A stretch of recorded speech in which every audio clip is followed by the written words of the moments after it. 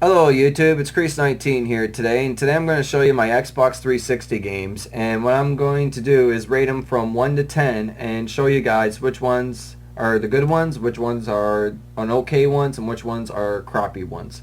So let's get started with it. So my first game today is Ryzen 2. It's an okay game. It's about pirates, as I will show you in the back. When I played it, it was an okay game. Like, the only problem is, I don't like, once you get on the ship, you can't go back to your levels. You can't go back to any of your levels. So I'm going to rate this game as an 8. Ryzen 2 is an 8 because I didn't like how the storyline went, and I did not like how you can go back in the stages and you can't go back and collect what you missed. My next one is Call of Duty Ghost. Course, I'm going to rate this one 10 out of 10 straight up because it's a good game. I liked it. It's a good quality with your friends on the game. The campaign story was really good, so I'm rating this one 10 out of 10. My next one is End of Wars.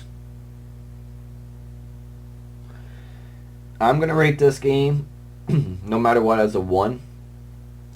I didn't like how the buttons were. I did not like how, like, if you used your headset to command, it was like you always had to say fire, fire, fire, or forward, backwards, right, left.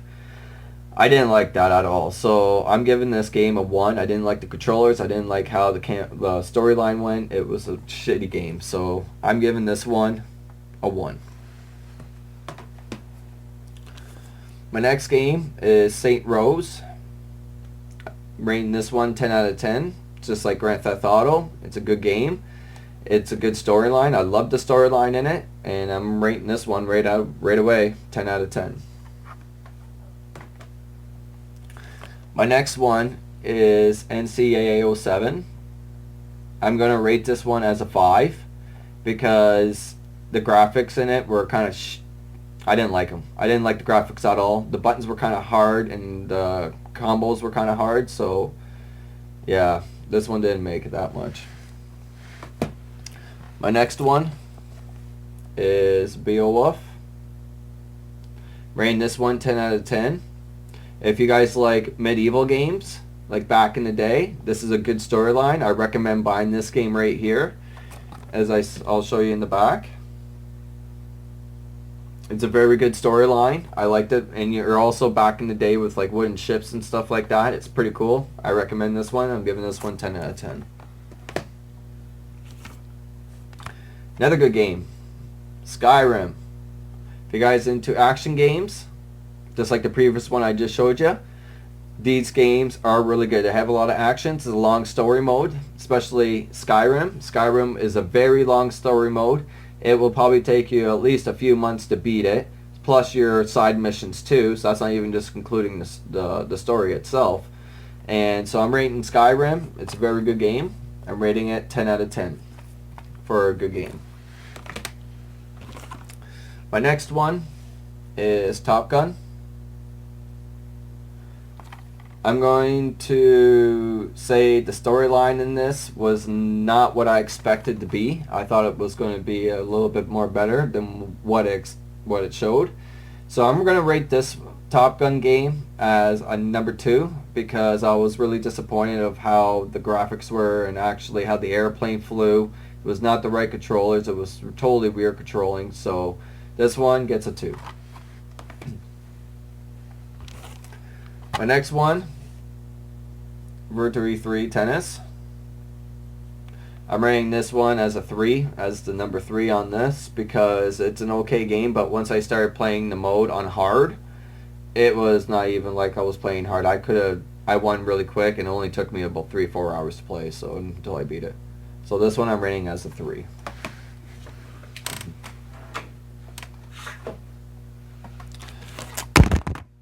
My next one after that is Madden 2012.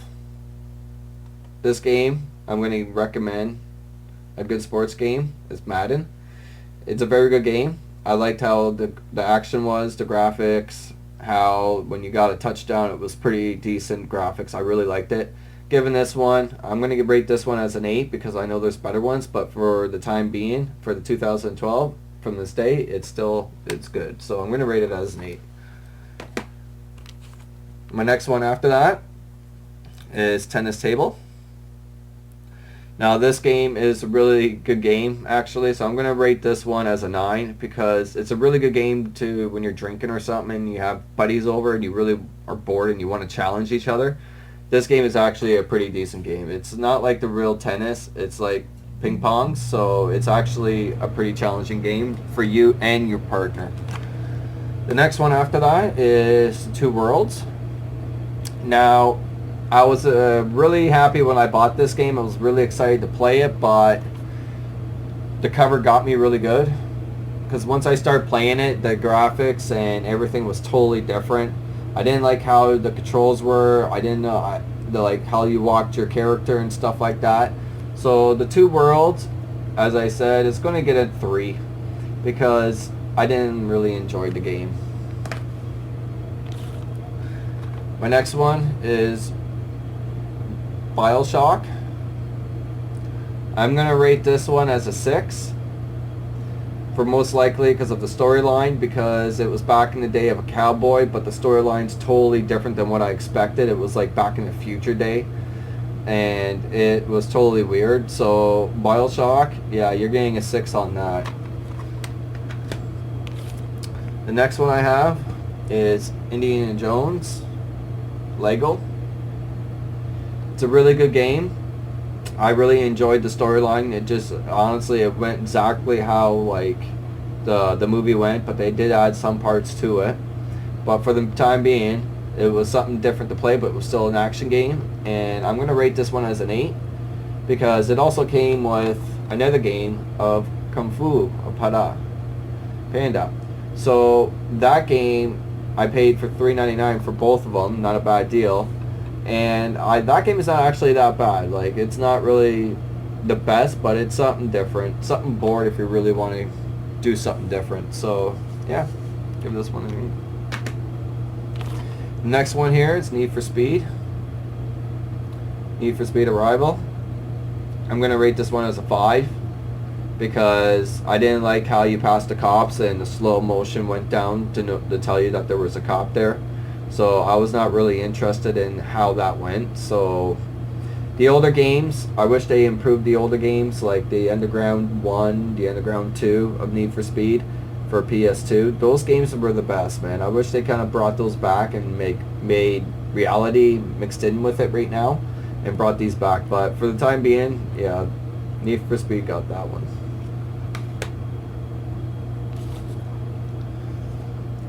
Next one is The Witcher, Association of the Kings.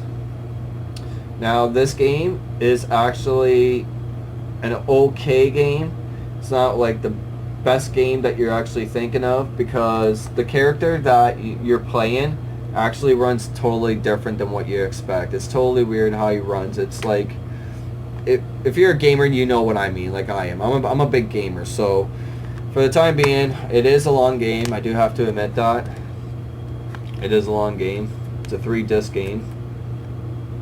So I'm actually going to rate this one as a 9 because it is a long game. It does have a lot of action in it though, and it's a good storyline. So, but the only thing I have a problem with is with the character, and that's what I don't like about the character. So this one's getting a 9. My next one is Ace Combat 6, Fire of Levitation. This one I'm going to give an 8 because my only problem is you couldn't land on aircraft carriers when you're in the middle of the sea like fighting, but when you crossed your line, there was a line on the radar, and when you cross it, it brought you into the mainland, and that's when you went in and redid your mission and all that.